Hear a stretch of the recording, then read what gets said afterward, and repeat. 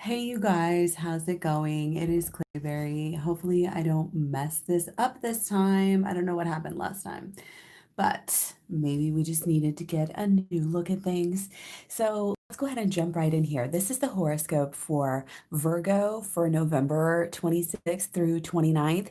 You can read this as the horoscope for yourself or for people in your life, for your personal planets, not just your sun sign, not just your ascendant, but your moon and your Venus, and Mercury and Mars as well. So let's go ahead and jump right in. Starting off with Thanksgiving. We have the Aries moon. Okay. And the Aries moon is conjunct with actually Mars and Aries. So this can be very interesting for us. We may be feeling off very independent right now, it looks like, and possibly even lonely, but really maybe staying close to home and focused on your own, like independent activity.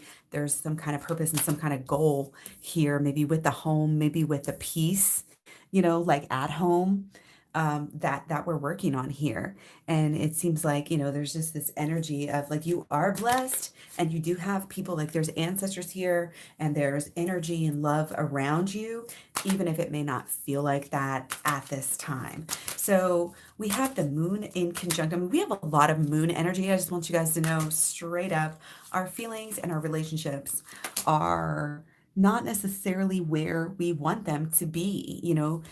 They may be somewhat stable in ways, but it might be too stable. We're missing things. We're missing things emotionally. We're missing opportunities. But with this moon conjunct Mars energy, again, we're going to be definitely focused, possibly just like on ourselves. And, activity regarding that, kind of what we learn, again, just seems like even though it's Aries, if there's a lot of analyzation right now going on with the moon in conjunct Mars too. And it can almost be like over analyzing too much, reading too much into things, seeing what you want to see. Okay. It is a time to express yourself, express your emotions here. Okay.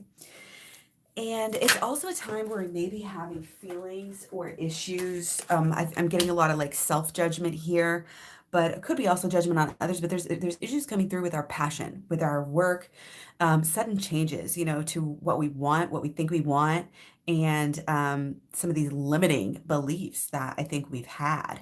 And the yods that we still have here are all focused still on the North Node. It's like all these feelings, all these deep thoughts, and these really in Scorpio, especially for you, Aquarius. Sorry, I'm thinking off in the clouds.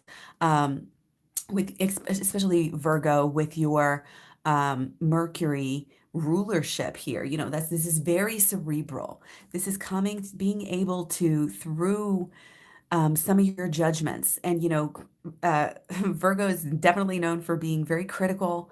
And it's like that is why shadow work can be so good for you.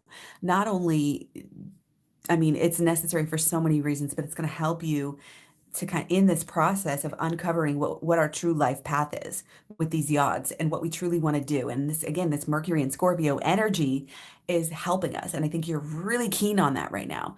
So it's allowing these new, transformative ideas of ourselves, of our purpose, of our path that are changing right now. And, it's just this time, the 27th, we have Venus opposite Taurus once in a year happening right there. And our moon goes into Taurus. So we have the sun in conjunct the Taurus moon. Okay, sun in Sagittarius. So this can be this stubbornness, ego trip, overdetermined, only want to see your own way for sure. It's a good time for rest and relaxation and peace and like really taking the steps that really truly need to be taken, no shortcuts to get to this peace that we're trying. And the King of Cups keeps coming up. So this is like really in this way conquering our emotions, not by running from them. This is by allowing them. I feel like it's like we're in somewhat of a stable place. We can actually really get into some of this moon energy, some of these dissatisfactions, looking at the past. What is bringing us to this point of this emotional or relationship dissatisfaction or blockage? Really, again, this analytical energy is going to help us feel, help us understand and grow and change our ways as to what has gotten us kind of where we're at and what we don't want, which is, again, that kind of that feeling of being unloved. And it's kind of a pattern I think that a lot of us get to. Most of us have it coming through in our subconscious in some ways. But again, being open to the emotions here is actually going to stabilize you. It's actually going to make things come into more clear focus for you as far as your next steps, as far as what you want to focus on. And again, there's a lot of stable home energy coming through here. So again, it may be working through with a vision on the home, with a new, idea, new way of living, new lifestyles. All of these things are coming through, of course, with all of our Capricorn stellium energy that we've been having. So yeah, we do have the start of Mars square Pluto on the 27th through January 11th. Okay, so that's not the best aspect there. Again, there's going to be these transformative changes. And again, we have to keep on, it's almost like making these judgments again and again on who we are, what we're doing. And again, it's like, we're not only going to rebirth ourselves, one day. It's like going to be this continual, steady transformation of who we are and what our expression of life is. What, again, it all starts in the home, and how, because it's like from where we build, it's the foundation, all the foundational beliefs. Okay. All the, again, judgments that we maybe had come to before are being reevaluated now, especially with this Mars retrograde energy. Again, squaring off with Pluto through the end of the year. And again, it's still not in retrograde, but it's still retrograde shadow period. So that's why I keep saying that. So again, be careful for moon opposite Venus, 27th and 28th, I believe. Moon opposite Venus, yes. 27th and 28th. Again, this is just that same theme of dissatisfied in relationships, maybe dissatisfied with the way that we've acted in the past, feeling like there's this cold energy, and this unlovable, unloved energy. And it's like working, on that. And it's not necessarily, it's like, yes, understanding it, be with it, let it be, let it flow. And then, change. We have to set our mind on something new, and then everything else will follow. But if we don't have that new way of looking at things, and it comes from also that new way of feeling, we cannot neglect our emotions and our emotional healing. It's almost like prioritizing that at this time. Okay. And especially with some of these issues that we keep having. 2 T squares on the 27th, with the moon, with Venus, okay, Uranus, and then Saturn. So we're feeling very limited. Again, it's like our emotional frequency might be keeping us off of getting what we want.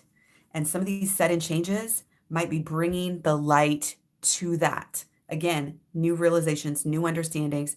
The Yod still here with Mercury, the North Node, and Pluto energy, deep transformative ideas, changes of outlooks, understanding, and changes of the life path coming too. Okay, and this has to do with the heart awakening for sure. Okay, acting out in a new way. There's new opportunity, there's new direction, even though we're being pulled in different directions here with the moon opposite Mercury, okay, on the 28th and the 29th, moon opposite Venus as well. Again, relationships, this is more about this independent focus. Again, focus within, focus on the emotions in the past, and, again, these repetitive thoughts, things that you thought were truths. We're going to reevaluate those. Do they serve you? Do they serve you? And definitely check out the Holistic Law of Attraction. I have a playlist. It's in the program as well. Be kind to yourself, okay? With the self-judgment too, again, you are loved. I think there's love out there for you, but in a way, we're blocking it somehow. We're blocking it. We're not understanding how important we are and how deeply we are loved, okay? So we got to love ourselves too. We got to be able to receive love, from ourselves before we can receive it from others. Okay? Don't be too hard on yourself. This is an awakening we have coming through this solstice, this new year. You guys, it's going to be beautiful. It's going to be amazing.